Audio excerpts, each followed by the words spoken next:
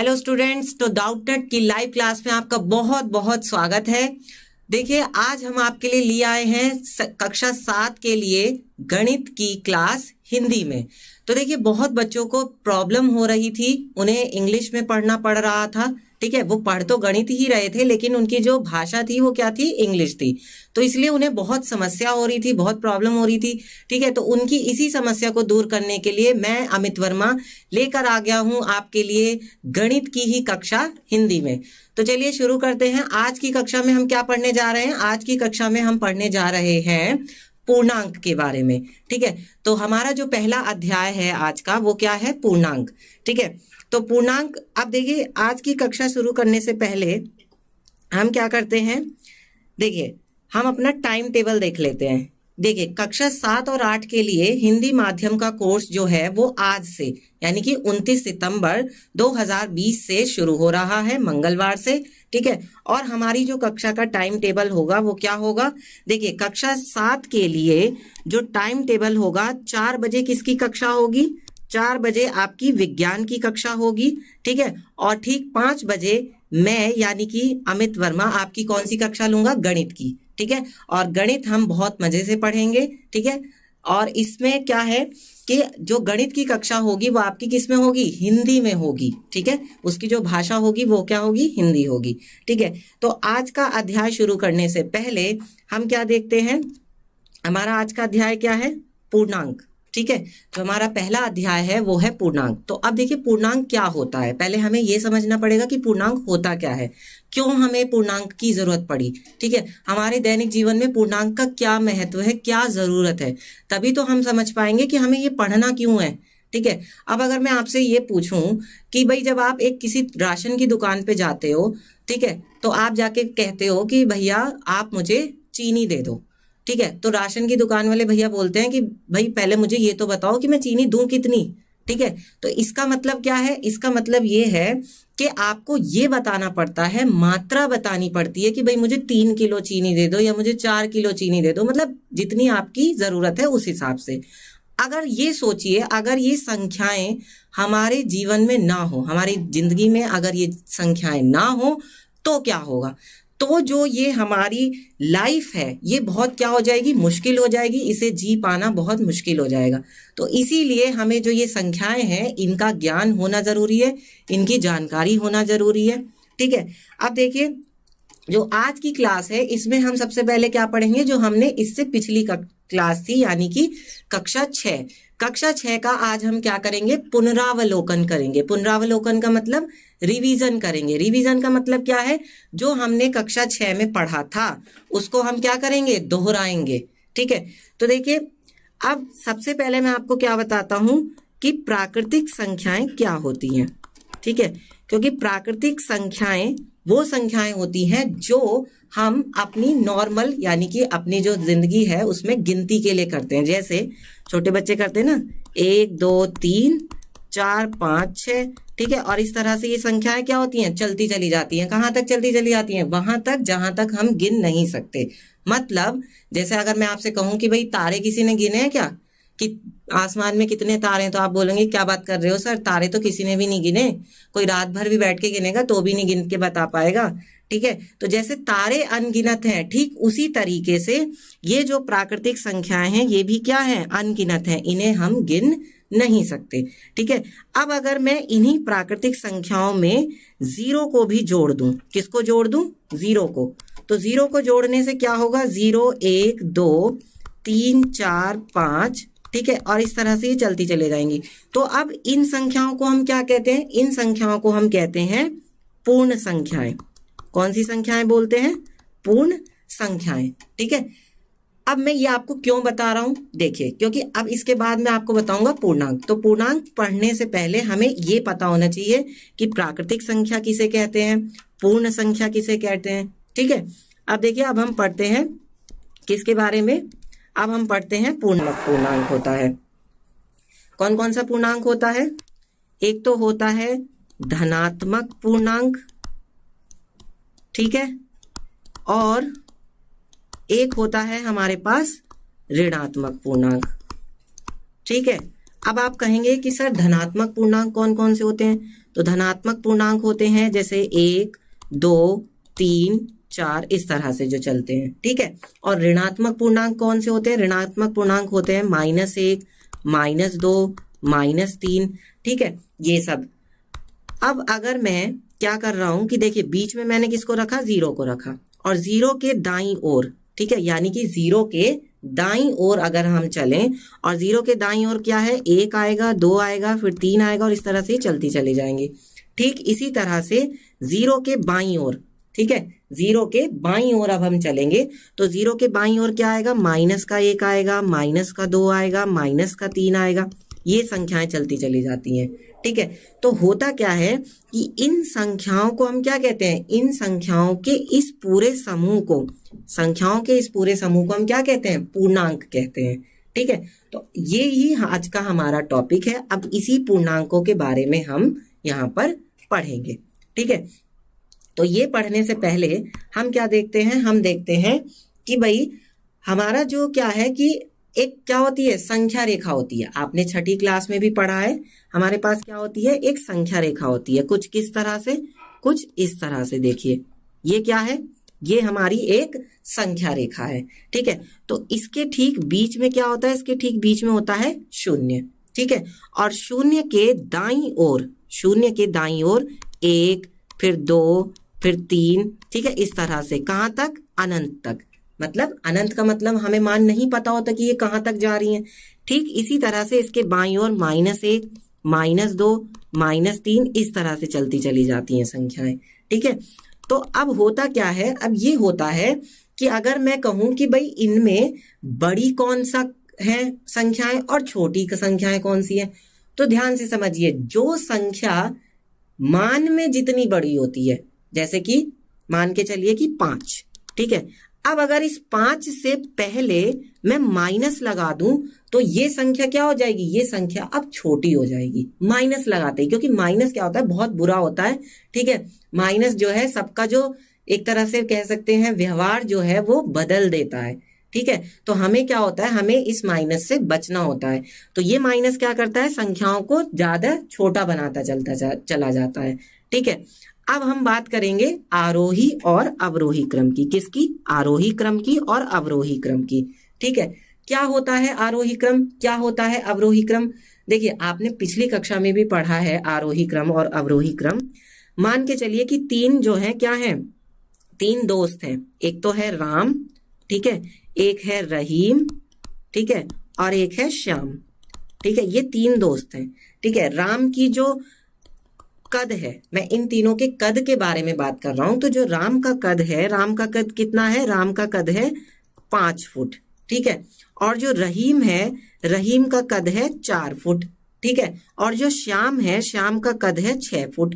तो इन तीनों में क्या है? अगर मैं आपसे ये पूछूं कि भाई इन तीनों में सबसे छोटा कौन है, मतलब किसका कद जो है वो सबसे छोटा है, तो आप कहेंगे कि भाई राम का कद 5 है, रहीम का 4 है, श्याम का 6 है।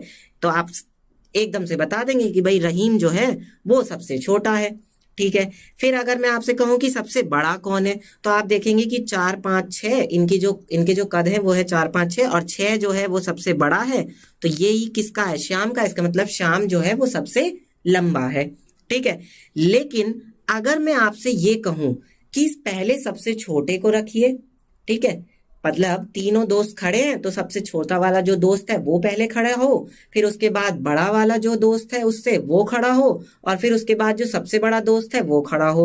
इसका मतलब मैं किस तरह से बोल रहा हूं? पहले कौन खड़ा हो? रहीम खड़ा हो, ठीक है। उसके बाद कौन खड़ा हो? उसके बाद राम खड़ा हो, और उसके बाद कौन खड़ा हो? श्याम, ठीक है। तो किस तरह से ये खड़े होंगे? ये कुछ जब ये खड़े होंगे तो ये कुछ इस तरह से खड़े होंगे, ठीक है। इनका जो कद होगा वो कुछ इस तरह से जाएगा। तो यही जो होता है, छोटे से बड़ा, फिर उससे बड़ा, फिर उससे बड़ा, फिर उससे बड़ा, फिर उससे बड़ा, यही जो क्रम होता है, इसी क्रम को हम क्या बोलते हैं? इसी क्रम को हम आरोही क्रम कहते हैं। इसी क्रम को हम क्या कहते हैं? आरोही क्रम कहते हैं, ठीक है। अब हम बात करते हैं अवरोही क्रम की। तो अवरोही क्रम क्या होता है? अब देखिए, अवरोही क्रम वो क्रम होता है जिसमें क्या होता है, जिसमें सबसे बड़ा जो है वो सबसे पहले आता है, फिर उसके बाद उससे छोटा, फिर उसके बाद उससे छोटा, फिर उसके बाद उससे छोटा। मेरे कहने का मतलब सबसे बड़ा कौन है, सबसे बड़ा श्याम है, तो सबसे पहले श्याम खड़ा होगा, ठीक है। उसके बाद कौन खड़ा होगा, उसके बाद रहीम खड़ा होगा, ठीक है। उसके बाद रहीम खड़ा होगा, उसके बाद राम खड़ा होगा, क्योंकि राम की हाइट क्या है, राम का जो कद है वो 5 फुट है, तो फिर रहीम खड़ा होगा। और फिर रहीम के बाद कौन होगा, सबसे अंत में कौन होगा, रहीम होगा, क्योंकि रहीम का कद क्या है, सबसे कम है, सबसे छोटा है। तो आप देख रहे हैं कि हमने सबसे बड़े से शुरू किया था और हम सबसे छोटे पर आ गए। तो सबसे बड़ा, फिर उससे छोटा, फिर उससे छोटा, फिर उससे छोटा और फिर सबसे छोटा। इस क्रम को हम क्या बोलते हैं, इस क्रम को हम कहते हैं अवरोही क्रम। कौन सा क्रम बोलते हैं, इस क्रम को हम बोलते हैं अवरोही क्रम, ठीक है। अब हम इस पर कुछ प्रश्न देखते हैं, ठीक है। तो आप भी कॉपी और पेन लेकर इस प्रश्न को हल करिए और मुझे बताइए कि क्या होगा। यहाँ पर जो हमें प्रश्न में पूछा गया है वो पूछा गया है कि पूर्णांकों 3, 4, ठीक है, -5, 0, -3 एवं 8 को आरोही क्रम में लगाएं। आरोही क्रम मैंने अभी आपको बताया, आरोही क्रम क्या होता है, पहले सबसे छोटा, फिर उससे बड़ा, फिर उससे बड़ा, फिर सबसे बड़ा। लेकिन हमें यहाँ पर दिख रहा है कि भाई जो साधारण संख्याएं थी 3, 4, 5, उसमें तो हम बता देते कि भाई 3 सबसे छोटा है, 5 सबसे बड़ा है।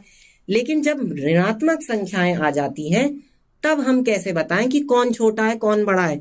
तो उसके लिए देखिए क्या होता है कि जो हमारी संख्या रेखा है, हम संख्या रेखा का प्रयोग करते हैं। संख्या रेखा पर क्या होता है, बीचों बीच में तो कौन होता है, 0 होता है। 0 के दाईं ओर क्या होता है, 0 के दाईं ओर 1, फिर 2, फिर 3, फिर 4, ठीक है, इस तरह से। और 0 के बाईं ओर -1, -2, -3, ठीक है। तो अगर हम क्या करें, अगर हम संख्या रेखा पर बाएं से दाएं की तरफ चलें, क्या करें, बाएं से दाएं की तरफ चलें, तो क्या होगा, तो हम आरोही क्रम में चलेंगे। कौन से क्रम में चलेंगे, आरोही क्रम में, ठीक है। तब हम कौन से क्रम में चलेंगे, आरोही क्रम में। तो अब देखिए यहाँ जो हमारे पास संख्या है, अब देखिए अगर मैं आपसे ये पूछूं कि बताइए 3 और 5 में कौन बड़ा है, 3 बड़ा है या 5 बड़ा है, तो आप तुरंत कह देंगे कि सर 5 बड़ा है, ठीक है। लेकिन अगर मैं आपसे पूछूं कि -3 और -5 इन दोनों में कौन बड़ा है, भाई -3 है और -5 है, अब ऋण चिन्ह लग गया। अब ऋण चिन्ह जैसे ही लग गया, ये माइनस का चिन्ह जैसे ही लग गया, ये क्या करेगा, ये नेचर को बदल देगा, यानी जो इसका व्यवहार है संख्या का उसको बदल देगा। कहने का मतलब ये है कि अब जो संख्या जितनी बड़ी होती है मान में, और उसके अगर आगे मैंने क्या लगा दिया, माइनस लगा दिया, तो वो माइनस क्या करेगा, उसको उतना ही छोटा बना देगा। तो ये जो -5 है ये अब क्या होगा, ये अब छोटा होगा। तो बड़ा कौन होगा, बड़ा होगा -3। वैसे भी आप देख सकते हैं संख्या रेखा पर यहाँ पर क्या आएगा, -4 आएगा और यहाँ पर क्या आएगा, -5 आएगा। तो मैंने क्या बोला था कि जब हम बाएं से दाएं की तरफ चलेंगे तो हम आरोही क्रम में चलेंगे। इसका मतलब -5 तो यहाँ पर है, -5 पहले पड़ रहा है, ठीक है। जब हम बाएं से चल रहे हैं तो ये क्या हो जाएगा, ये छोटा होगा और ये क्या होगा, ये बड़ी होगी संख्या अब, ठीक है। तो जो हमारे पास यहाँ पर पूर्णांक दिए हैं 3, 4, -5, 0, -3 और 8, तो हमें क्या दिख रहा है, इसमें सबसे छोटा पूर्णांक क्या हो जाएगा, सबसे छोटा पूर्णांक तो -5 होगा, ठीक है। अब अगर मैं आपसे बात करूं कि इसके बाद बताइए कि इनमें अब -5 से बड़ा कौन सा पूर्णांक होगा, बताइए, -5 से बड़ा। तो आप कहेंगे कि -5 तो सबसे छोटा हो गया, क्योंकि आरोही क्रम में हम सबसे छोटी संख्या पहले रखते हैं, वो -5 आ गई।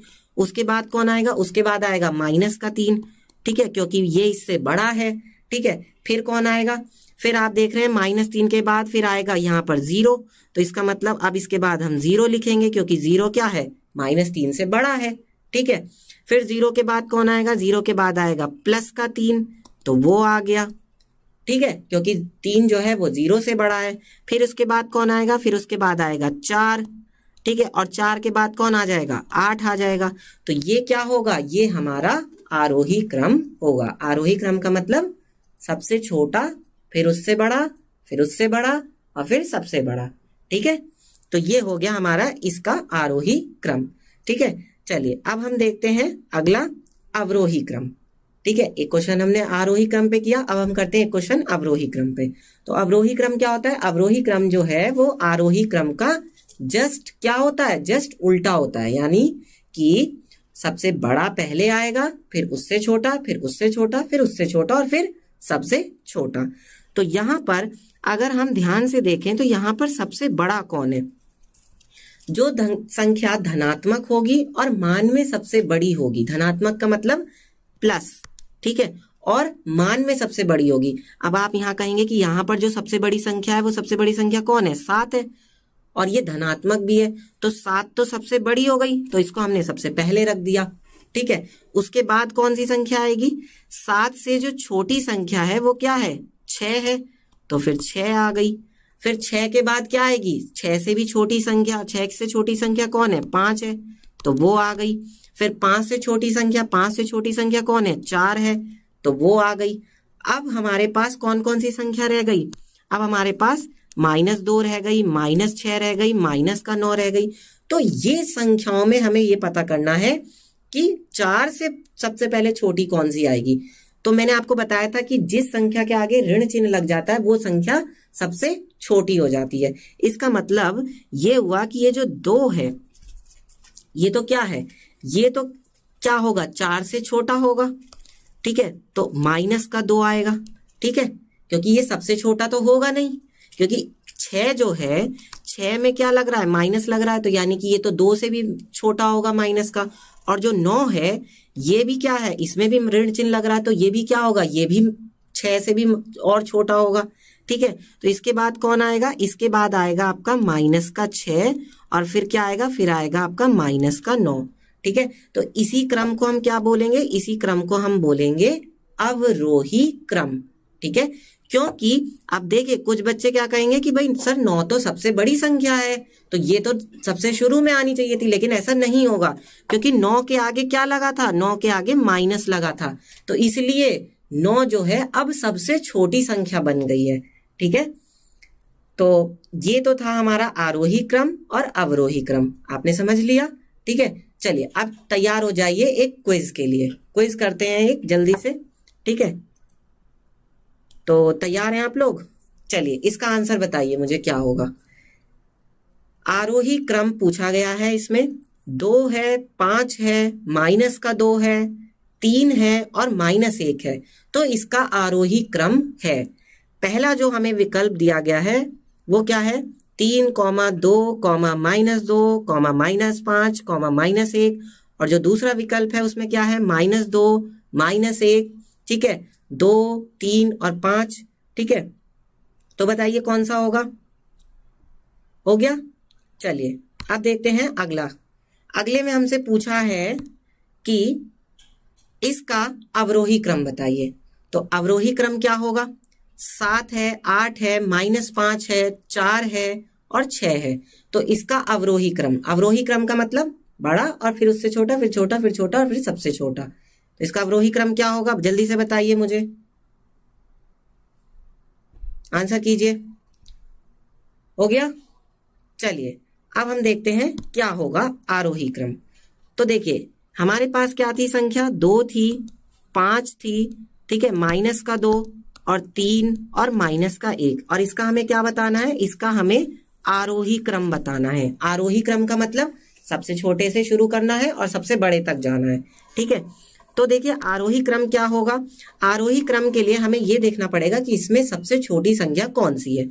तो हमें पता है कि जिस संख्या के आगे भाई 2, 5, ये 2, ये 5, ये 3, ठीक है, ये तो छोटी सबसे हो नहीं सकती, क्योंकि ये सारी संख्याएं तो कैसी है? धनात्मक संख्याएं हैं, तो धनात्मक संख्याएं तो सबसे छोटी होंगी नहीं।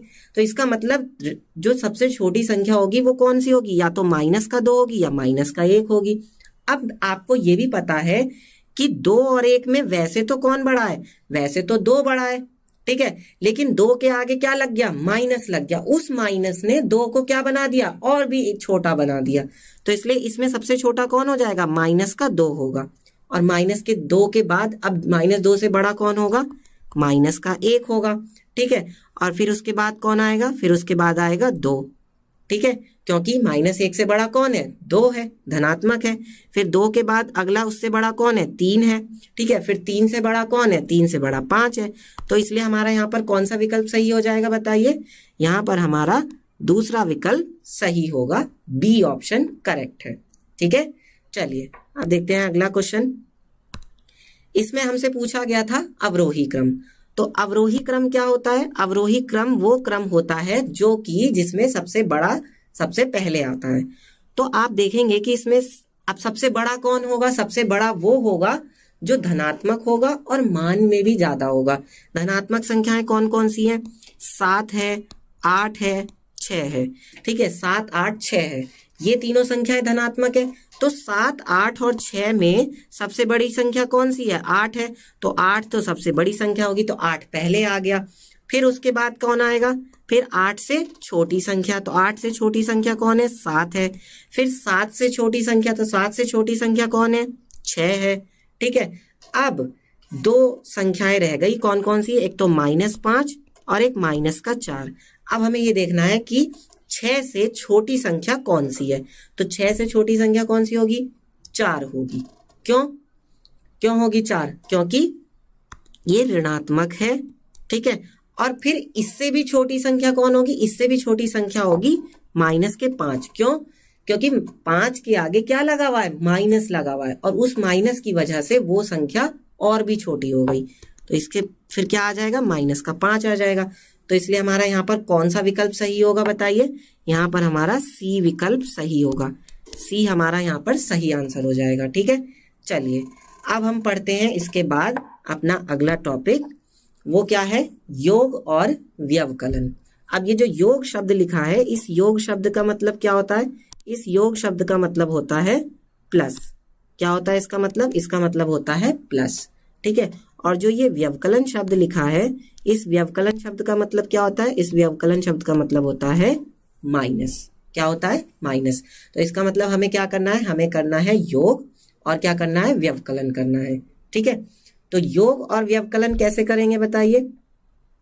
इसके लिए हमें ये देखना पड़ेगा कि भाई योग किन का योग, संख्याओं का योग है ना। संख्याओं का योग मतलब कैसे, जैसे मान लीजिए अगर मेरे पास संख्या है 5 और मेरे पास संख्या है 4 और इनका मुझे क्या करना है, योग करना है। अब आपको से अगर मैं ये पूछूं कि आप कक्षा 6 में यानी पिछली कक्षा में आप कैसे करते थे, दो पूर्णांकों को, दो संख्याओं को आप कैसे जोड़ते थे, संख्या रेखा का प्रयोग करके, ठीक है। संख्या रेखा थी और संख्या रेखा पर आप क्या करते थे, अगर मान लीजिए आपको किसी धनात्मक पूर्णांक को जोड़ना होता था तो आप संख्या रेखा पर कहाँ चलते थे, दाईं ओर चलते थे। कहाँ चलते थे, दाईं ओर चलते थे।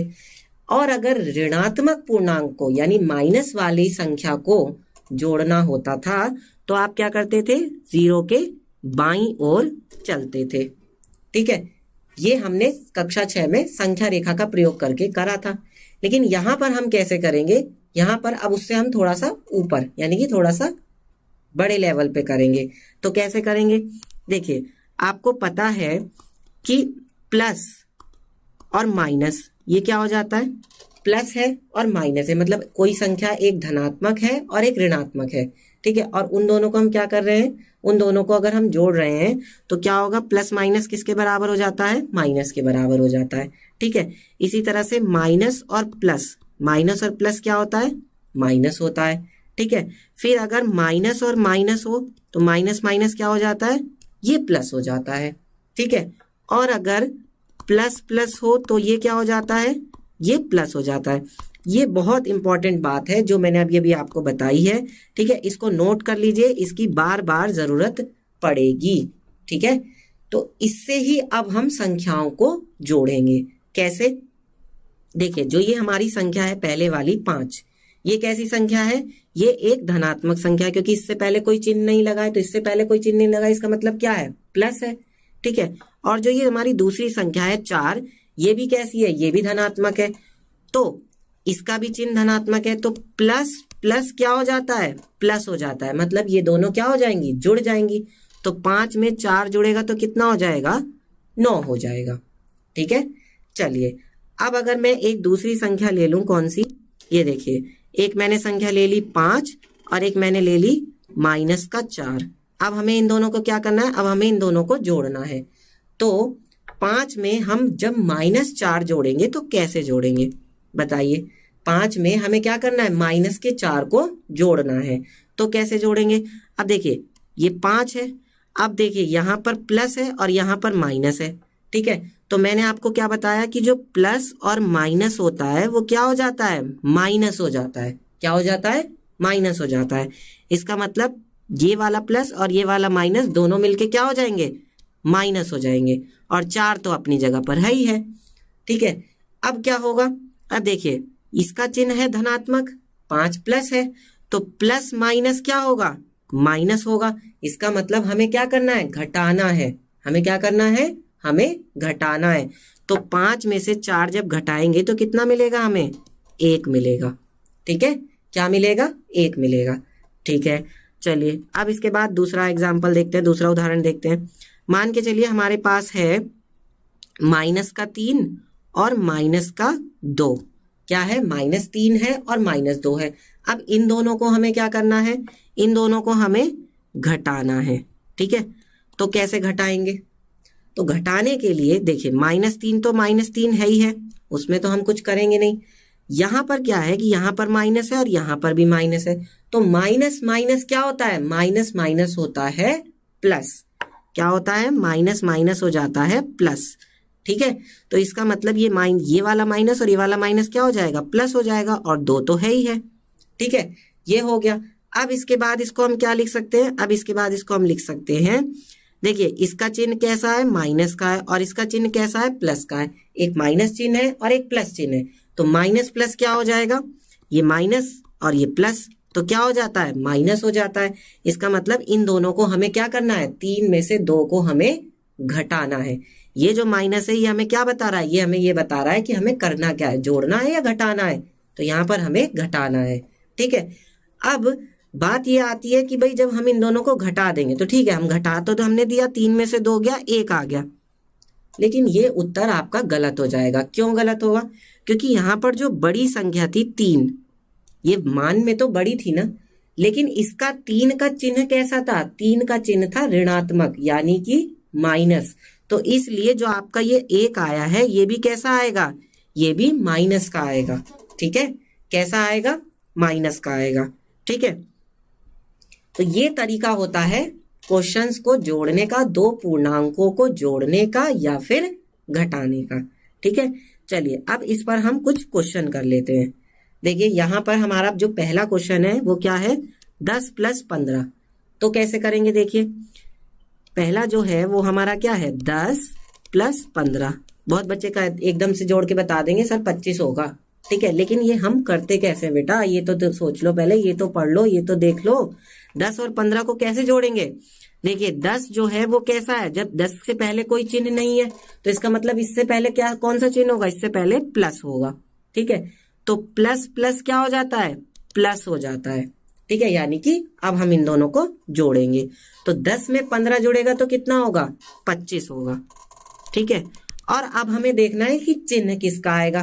तो हम ये देख रहे हैं कि जो बड़ी संख्या है वो है 15, ठीक है, और बड़ी संख्या 15 का चिन्ह कैसा है, 15 का चिन्ह है धनात्मक। तो इसका मतलब जो हमने उत्तर लिखा है 25, इसका भी चिन्ह कैसा होगा, धनात्मक होगा। अब ये जो धनात्मक चिन्ह है ये हम जनरली, मतलब अगर हम बात करें साधारण रूप से, तो इसको हम जनरली साधारण रूप से नहीं लिखते हैं, सिर्फ हम क्या लिख देते हैं, सिर्फ हम 25 लिख देते हैं जोड़कर, ठीक है। चलिए अब देखते हैं दूसरा बी में क्या है, -12 और +20, ठीक है। तो अब इसको कैसे करेंगे, तो -12 है और +20 है, तो इसके लिए देखिए -12 और +20, इसका चिन्ह ऋणात्मक है और इसका चिन्ह कैसा है, धनात्मक है। तो माइनस और प्लस क्या हो जाता है, माइनस हो जाता है। इसका मतलब हमें इन दोनों संख्याओं को क्या करना है, घटाना है।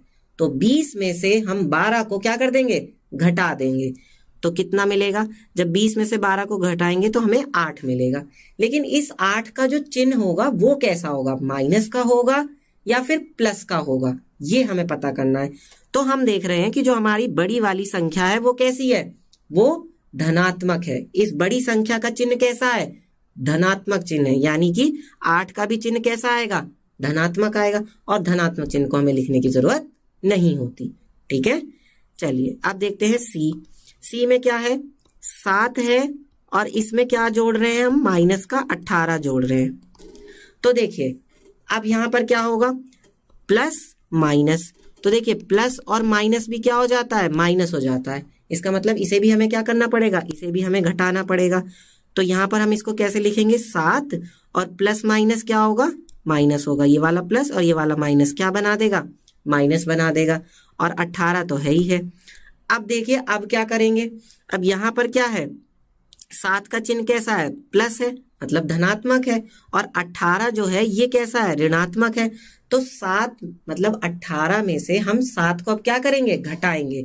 तो जब 18 में से 7 को घटाएंगे तो हमें कितना मिलेगा, तब हमें मिलेगा 11। कितना मिलेगा, 11। अब हमें देखना है कि इसका चिन्ह कैसा आएगा। तो इसका चिन्ह कैसे देखेंगे, जो यहाँ पर बड़ी संख्या है, बड़ी संख्या कौन है, 7 और 18 में 18 बड़ी संख्या है, तो और 18 का जो चिन्ह है वो कैसा है, ऋण चिन्ह है। तो इसलिए 11 जो हमने लिखा है ये भी कैसा होगा, ऋण होगा, यानी कि माइनस का होगा। तो हमें अब माइनस लिखना जरूरी है। ठीक है, तो ये पूरा तरीका होता है जोड़ने का या फिर घटाने का। ठीक है, अब देखते हैं अगला। यहाँ पर हमसे क्या कह रहे हैं, इस क्वेश्चन में हमसे कह रहे हैं कि निम्न को व्यवकलित करें। व्यवकलित करने का मतलब घटाना है, क्या करना है, माइनस करना है। तो कैसे करेंगे, अब देखिए पहला जो हमारा यहाँ पर है वो है 50 में से 65 को घटाना है। ठीक है, तो देखिए 50 का जो चिन्ह है वो कैसा है, प्लस है, तो प्लस माइनस, प्लस माइनस क्या होता है, माइनस होता है। ये तो आप बिल्कुल रट लो, अपने दिमाग में बिठा लो कि प्लस माइनस क्या होता है, माइनस होता है, माइनस माइनस क्या होता है, प्लस होता है। ठीक है, ये आप लिखते भी चलेंगे साथ के साथ। ठीक है, अब 50 में से जब 65 घटाएंगे तो हमें क्या मिलेगा, 15 मिलेगा। लेकिन ये जो 15 है ये हमें कैसा मिलेगा, ये हमें मिलेगा ऋणात्मक। क्यों मिलेगा, क्योंकि 65 जो है, बड़ी संख्या जो है वो ऋणात्मक है, इसलिए। ठीक है, चलिए अब देखते हैं बी में क्या है, 12 माइनस माइनस का 10। तो यहां पर कैसे करेंगे, अब देखिए माइनस माइनस क्या होता है, माइनस माइनस होता है प्लस। ठीक है, तो ये हो जाएगा हमारा 12 प्लस 10, यानी कि कितना हो जाएगा, ये हो जाएगा हमारा 22। कितना हो जाएगा, 12 और 10 कितना हो जाएगा, 22 हो जाएगा। और इसमें चिन्ह क्या आएगा, इसमें चिन्ह आएगा धनात्मक। ठीक है, क्योंकि 12 जो थी वो बड़ी संख्या थी और वो धनात्मक थी। ठीक है, अब इसके बाद हम देखते हैं सी पार्ट। सी पार्ट में क्या है, माइनस का 13 है और माइनस का 8 है। तो इसमें कैसे करेंगे, इसमें हम यहाँ पर ये देखेंगे कि देखिए यहाँ पर क्या है, माइनस है और यहाँ पर भी माइनस है। ठीक है, तो माइनस माइनस क्या हो जाएगा, माइनस माइनस हो जाएगा प्लस। तो इसका मतलब 13 में हमें 8 को क्या करना है, जोड़ना है। तो 13 में जब 8 को जोड़ेंगे तो कितना आ जाएगा, 13 और 7 कितना होता है, 20 और 1 21, ये हो जाएगा 21। लेकिन इसका चिन्ह कैसा आएगा, इसका चिन्ह आएगा ऋणात्मक, ऋण चिन्ह आएगा। ठीक है, अब आप तैयार हो जाइए क्विज के लिए। ठीक है, तो अब हमारा आ रहा है पहला क्विज। तो बताइए जल्दी से क्या होगा, 5 में जब हम माइनस का 4 जोड़ेंगे तो हमें क्या मिलेगा, बताइए क्या हो सकता है, 2 मिलेगा, -1 मिलेगा, 1 मिलेगा, या फिर 9 मिलेगा, क्या मिल सकता है, बताइए जल्दी आंसर कीजिए, क्या मिलेगा। ठीक है, हो गया। चलिए अब देखते हैं हमारा अगला क्विज। इसमें है -17, इसमें से हमें माइनस करना है, यानी कि घटाना है, किसको, माइनस के 9 को। तो जब माइनस के 17 में से माइनस का 9 घटाएंगे तो हमें क्या मिलेगा, जल्दी बताइए, आंसर करिए। 8 मिलेगा, 26 मिलेगा, या माइनस का 26 मिलेगा, या फिर माइनस का 8 मिलेगा, बताइए क्या मिलेगा, आंसर कीजिए। हो गया, चलिए अब हम देखते हैं कि क्या आएगा। देखिए हमारे पास क्या है, 5 है और प्लस माइनस का 4 है, यही है। तो देखिए क्या करेंगे, 5 तो ऐसे ही रहेगा, और देखिए प्लस और माइनस क्या होता है, प्लस माइनस होता है माइनस, प्लस माइनस क्या होता है, माइनस होता है। तो इसका मतलब ये हो जाएगा माइनस, और 4 तो ऐसे का ऐसे है ही है। तो जब 5 में से अब हमें 4 को क्या करना है, घटाना है। तो 5 में से 4 को जब घटा देंगे, हटा देंगे, तो क्या मिलेगा, हमें 1 मिलेगा। तो ये बराबर होगा 1 के। अब हमें इसका चिन्ह देखना है, तो इसका चिन्ह कैसा आएगा, क्योंकि 5 है बड़ी संख्या और उसका चिन्ह कैसा है, उसका चिन्ह धनात्मक है। तो यानी 1 हमें कैसा मिलेगा, धनात्मक मिलेगा, यानी कि प्लस का मिलेगा। तो इसका मतलब इसको हम 1 भी लिख सकते हैं। तो इसलिए हमारा जो सी विकल्प है वही इसका सही आंसर होगा।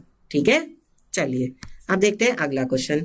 इसमें क्या था, माइनस के 17 और माइनस माइनस का 9। तो इसमें हम क्या करेंगे, -17 माइनस माइनस का 9, -17 तो है ही है।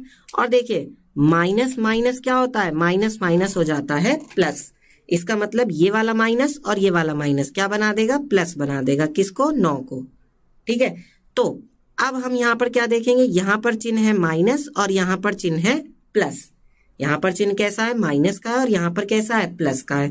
तो माइनस प्लस क्या होता है, माइनस प्लस होता है माइनस। इसका मतलब हमें 17 में से 9 को घटाना है। तो जब 17 में से 9 को घटाएंगे तो हमें मिलेगा 8। और 8 कैसा मिलेगा, देखिए 8 मिलेगा हमें, क्योंकि 17 का चिन्ह कैसा है, 17 बड़ी संख्या है, बड़ी संख्या का चिन्ह आता है, और 17 कैसा है, माइनस का है। तो इसलिए 8 भी कैसा मिलेगा हमें, माइनस का मिलेगा, क्योंकि बड़ी संख्या का चिन्ह लगाया जाता है। ठीक है, तो इसलिए हमारा यहाँ पर कौन सा विकल्प सही हो जाएगा, डी विकल्प सही होगा। ठीक है, तो आज के लिए हम इतना ही रख रहे हैं। ठीक है, अब जल्दी से अपना होमवर्क लिख लीजिए। ये आपका आज का होमवर्क है। कल जब हम आएंगे तो होमवर्क करके आपको आना है। ठीक है, होमवर्क जरूर करना है, अपना होमवर्क लिख लीजिए। तो मिलते हैं आपसे अगली क्लास में, तब तक के लिए बाय बाय, एंजॉय लर्निंग।